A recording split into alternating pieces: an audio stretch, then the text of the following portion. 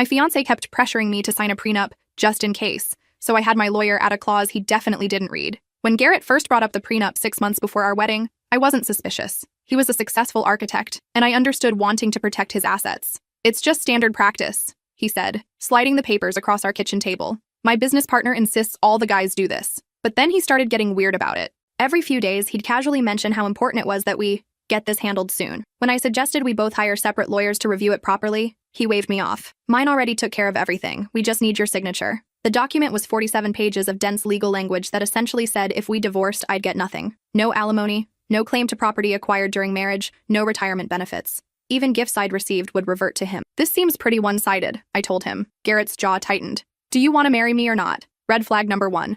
When I insisted on having my own attorney review it, he exploded. You don't trust me? After 3 years together? Then came the guilt trips about wedding costs and how stressed he was about his big project. Red flag number 2. My lawyer Patricia was horrified by the prenup's terms. This is financial abuse in legal form, she said. But if you're determined to sign, let me add some protections. We crafted additional clauses buried in the middle of the document. Standard legal language about asset disclosure, property valuations, and mandatory mediation. Nothing that would raise eyebrows during a quick scan, including one very special provision. The day I brought the revised prenup home, Garrett barely glanced at it before signing. Finally, he muttered, now we can focus on important things. 2 weeks later, I discovered what those important things were. His phone buzzed during dinner. The text preview showed, can't wait for our trip to Cabo after your wedding. Love you. From someone named Ivy. I waited until he showered, then scrolled through months of messages. Garrett had been planning his honeymoon in Mexico with his girlfriend of 8 months. They'd booked adjoining hotel rooms and discussed how long he'd need to stay married to me before filing for divorce. She's loaded, one message read. This prenup guarantees I'll get half of everything when we split. Except Garrett had signed without reading Patricia's additions, including the clause specifying that any party who commits adultery during the engagement or marriage forfeits all rights to marital property and owes the faithful spouse $500,000 in damages. I printed everything. The next morning, I called Patricia. Execute the adultery clause. I have documentation. Garrett's face when the process server arrived was worth every penny of Patricia's fees. The legal papers outlined his infidelity, his planned fraud, and his new financial obligations. You can't do this, he stammered, scanning the documents frantically. Actually, I can. Check page 23 of your prenup, the part you didn't read. His business partner's office called that afternoon, terminating their partnership. Apparently, Garrett's standard practice prenup advice wasn't company policy. It was his personal recommendation to help his buddies scam their fiancés.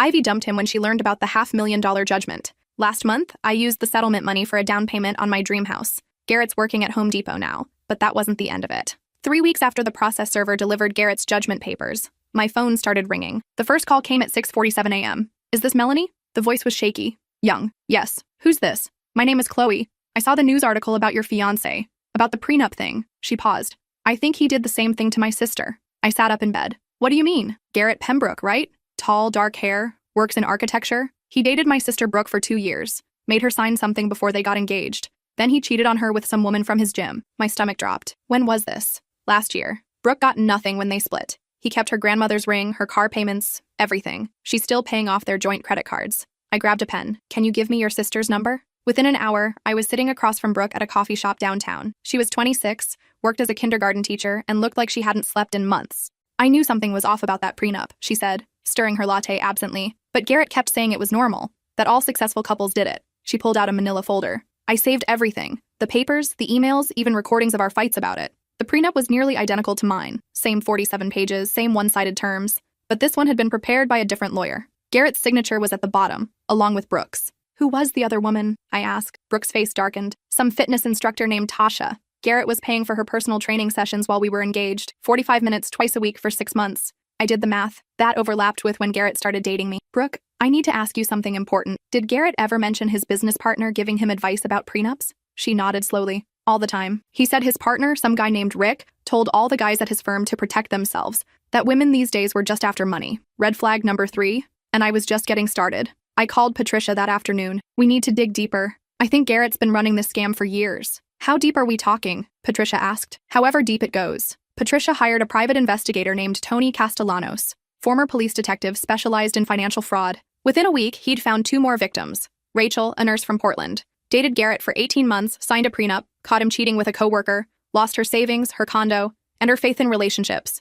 And Kiara, a graphic designer from Seattle. Same story, different year. Prenup, cheating, financial devastation. Tony spread the documents across my kitchen table. the same table where Garrett had first shown me his prenup. Here's the pattern, Tony said, pointing to highlighted sections. Each prenup is nearly identical. Same law firm prepared them all. Same terms, same loopholes. And look at this. He showed me a bank statement. Garrett's been receiving payments from something called Pembroke Investment Holdings. $50,000 deposited 6 months after each breakup. My blood ran cold. Who owns Pembroke Investment Holdings? Still working on that. But I've got a feeling we're going to find some very interesting names. Tony's hunch was right. Pembroke Investment Holdings was a shell company owned by Richard Costas, Garrett's business partner. The same Rick who'd supposedly been giving Garrett advice about protecting himself, but it got worse. Tony found contracts between Garrett and Rick dating back 5 years. Garrett wasn't just scamming women for money, he was being paid to do it. The contracts were detailed, systematic. Garrett would target successful women with significant assets, date them for 12-18 months,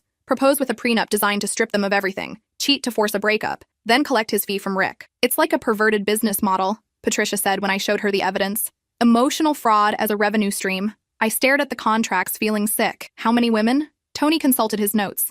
We've confirmed 7 victims over 5 years, but there might be more. 7 women, 7 lives disrupted, 7 hearts broken for profit. That night, I couldn't sleep. I kept thinking about Brooke's hollow eyes, Rachel's trembling hands, Kiara's defensive posture when she talked about trust. Garrett hadn't just cheated on me. He'd made destroying women's lives his career. The next morning, I called Patricia. I want to sue Rick too, and I want to find every victim. That's going to be expensive, Patricia warned, and complicated. I don't care. Use whatever you need from the settlement money. We set up a hotline. Patricia posted a carefully worded notice in the legal section of 3 major newspapers. Were you asked to sign a prenuptial agreement by architect Garrett Pembroke? Contact us regarding your legal rights. The calls started immediately. Victim number 8. Diana, a veterinarian from Austin. She'd been smart enough to refuse the prenup, so Garrett had simply disappeared one day. Blocked her number, moved out of their shared apartment, left her with a lease she couldn't afford alone. Victim number 9. Naomi, a software engineer from Denver. She'd signed the prenup but discovered Garrett's cheating before the wedding. When she tried to break the engagement, he sued her for the cost of the wedding deposits, $23,000. By the end of the first week, we had 12 confirmed victims. Tony found more contracts in Rick's files. The business had been expanding. Rick was recruiting other men, teaching them Garrett's system. They'd been planning to franchise the operation. It's like a pyramid scheme, Tony explained. But instead of selling products, they're selling heartbreak. I called an emergency meeting with Patricia and Tony. We need to stop this now before they hurt anyone else. Patricia leaned back in her chair. What are you thinking? Class action lawsuit against both of them, and we go public with everything. That's a big risk, Patricia said. We'd be painting a target on your back. I thought about Brooke, still paying off Garrett's credit card bills. About Rachel, who'd moved back in with her parents because she couldn't afford rent. About Naomi, who'd told me she hadn't dated anyone in 2 years because she was terrified of being fooled again. Some things are worth the risk. Patricia filed the class action suit on a Tuesday. By Thursday, it was front-page news. Local architect accused of operating romance scam, read the headline in the Tribune. The article detailed the contracts, the shell company, the systematic destruction of women's lives for profit. Garrett's photo was right there on the front page, looking smug in his architect headshot, completely unaware that his world was about to implode. The story went viral. By Friday afternoon, 3 more women had called our hotline. By Monday, we had 17 victims total. The Today Show wanted an interview. So did 60 Minutes, Dateline, and every major news outlet. Patricia advised against it, but I said yes to the Today Show. The more people who know about this, the better, I told her. Maybe we can prevent it from happening to someone else. The interview aired on a Wednesday morning. I sat across from the host, calm and collected, while they played excerpts from the secret recordings Tony had found in Rick's office. The key is making them think it's their idea, Garrett's voice said clearly through the studio speakers. You plant the seed about protecting assets, then act reluctant when they suggest the prenup. The host looked disgusted. And this was a business for them? A very profitable one, I replied. Rick was paying Garrett $50,000 per victim. They'd identified it as an untapped market. Successful women with assets and trusting hearts. The interview segment was 12 minutes long. By the time it ended, our hotline had logged 43 calls. Not all of them were from victims. Some were from lawyers offering to help pro bono. Others were from journalists wanting to investigate similar schemes in their cities.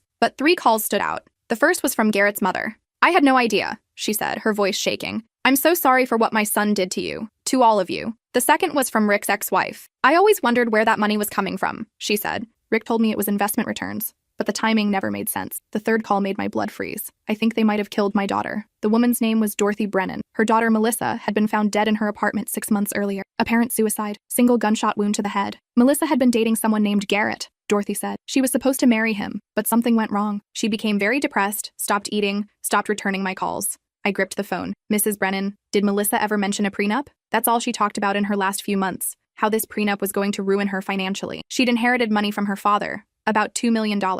She was terrified of losing it. Patricia and I drove to Dorothy's house that same day. She lived in a modest ranch in the suburbs, surrounded by photos of her daughter. Melissa had been beautiful. Dark hair, bright smile, looked like she'd never hurt anyone in her life. She was a social worker, Dorothy explained. Worked with foster children. The inheritance was supposed to help her open her own agency. Dorothy handed me a manila envelope. I found these in Melissa's things after she died. I didn't understand what they meant. Inside were copies of emails between Melissa and Garrett, the usual love-bombing pattern, followed by pressure about the prenup. But these emails had a different tone. More aggressive. More threatening. "If you can't trust me enough to sign this," one email read, "then maybe we're not right for each other. Maybe you're just like every other gold digger I've dated." Another email was worse. "I've been talking to my lawyer. Apparently, if someone dies before a wedding, the surviving partner can claim emotional damages from the estate. Just something to think about." I felt sick reading it. Dorothy was crying quietly. The police said it was suicide, that she was depressed about her relationship. But Melissa wasn't suicidal. She was the strongest person I knew. I handed the emails to Patricia.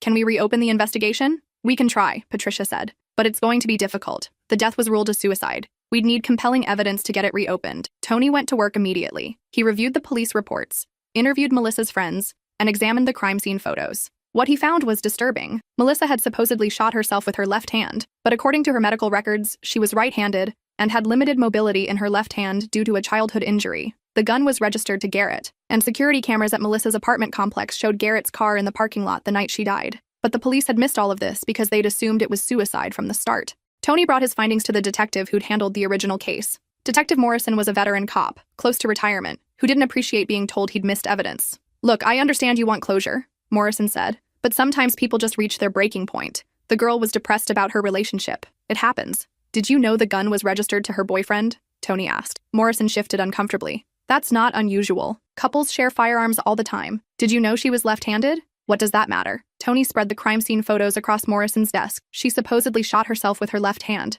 But look at these medical records. She had nerve damage in her left hand from a childhood accident. Couldn't even write with it." Morrison studied the photos for a long moment. His face grew pale. "Son of a bitch," he muttered. "How did we miss this?" Within a week, the police had reopened Melissa's case as a homicide investigation. Garrett was arrested on a Thursday morning at the Home Depot where he'd been working. The arrest was captured by news cameras. Garrett in his orange apron, looking confused and terrified as officers read him his rights. Rick was arrested the same day at his architectural firm. They seized computers, files, and bank records. The evidence of their scheme was overwhelming. But the murder charge against Garrett was what really captured public attention. The story was now national news. A handsome architect who seduced successful women, stole their money, and possibly killed one when she threatened to expose him. People magazine put Melissa's photo on their cover, "The Woman Who Died for Love." The trial started 6 months later. I testified about the prenup scam, the systematic fraud, the contracts between Garrett and Rick. 12 other women told their stories. Dorothy Brennan wept as she described finding her daughter's body. The prosecution painted a clear picture. Garrett Pembroke was a predator who had escalated from financial fraud to murder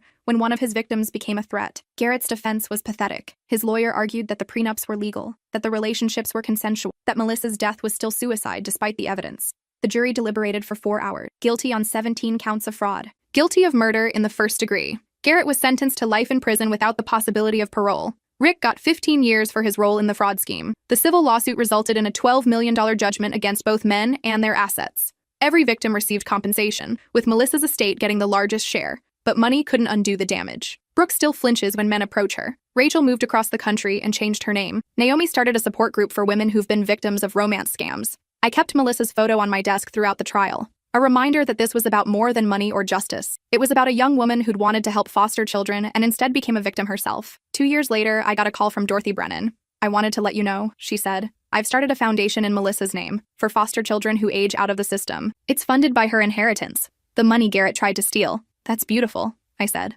"Melissa would be proud." "I also wanted to thank you," Dorothy continued. "If you hadn't stood up to him, if you hadn't fought back, he might have killed other women. You saved lives." I thought about that conversation for a long time after we hung up. 6 months later, Patricia called with news. "Remember the Today Show interview you did?" she asked. "Of course. It's been used as evidence in 17 other cases across the country. Apparently, Garrett and Rick's scheme inspired copycats. But your interview helped law enforcement identify the patterns." I sat down heavily. 17 more cases, 17 more prosecutions, all successful, and every one of them referenced your testimony as a key piece of evidence. The ripple effects continued. A year later, Congress passed the Melissa Brennan Act, requiring background checks for anyone requesting information from inheritance databases. It closed a loophole that predators like Garrett had been using to identify wealthy targets. 3 years after the trial, I got married. His name is David, he's a teacher, and he refused to even discuss a prenup.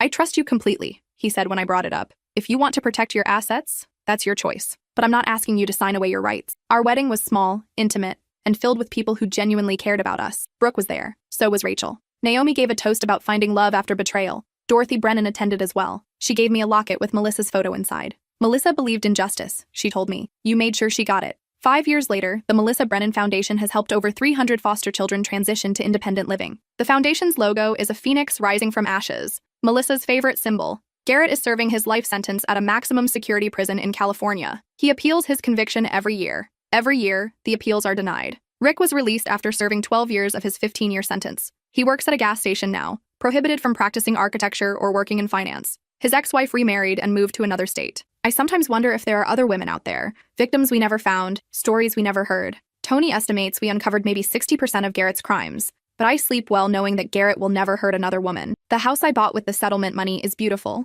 3 bedrooms, a garden, and a home office where I work as a victim's advocate. I help women navigate the legal system after financial abuse, and I testify in cases involving romance scams. Last week, a young woman named Zoe called my hotline. Her boyfriend was pressuring her to sign a prenup, making her feel guilty for hesitating, telling her it was standard practice. "I keep thinking about your story," she told me, the one from the Today Show, and I realized his prenup sounds exactly like the one you described. I drove to meet Zoe that same day. Her prenup was virtually identical to the one Garrett had given me, down to the specific language about gift reversion. We called Patricia. It turns out Zoe's boyfriend had attended one of Rick's seminars before Rick was arrested. He'd been using Garrett's exact playbook, word for word. Zoe broke up with him the next day. She kept the ring, which, according to the law, was a gift she was entitled to keep. She sold the ring and used the money to start law school. "I want to help other women like you helped me," she told me. The cycle continues. Women helping women, refusing to let predators operate in shadows, demanding accountability for those who would exploit trust for profit. Sometimes I think about what would have happened if I just signed Garrett's original prenup. If I trusted his assurances, ignored my instincts, prioritized keeping the peace over protecting myself. Melissa might still be alive. 17 other women might not have been victimized by copycat schemes. The Melissa Brennan Act might never have been passed. One woman's refusal to be silenced can change everything. Patricia retired last year, but she still takes my calls. "You know," she told me recently, "in 30 years of practicing law, your case was the most satisfying victory I ever had." "Why?" I asked. "Because it proved that predators can be stopped, that systematic abuse can be exposed, that one person's courage can protect countless others." I keep Melissa's photo on my desk at home, next to a picture from my wedding day. Both women remind me of something important. Love should make you stronger, not more vulnerable. It should add to your life, not subtract from it. And if someone asks you to sign away your rights for love, they're not offering love at all. They're offering a transaction, and you deserve so much more than that. The foundation sends me updates about the foster children they've helped. There's Marcus, who's now studying to be a social worker, and Priya, who started her own nonprofit for at-risk youth, and dozens of others who are building lives that Melissa would be proud of. Her legacy isn't the tragedy of how she died.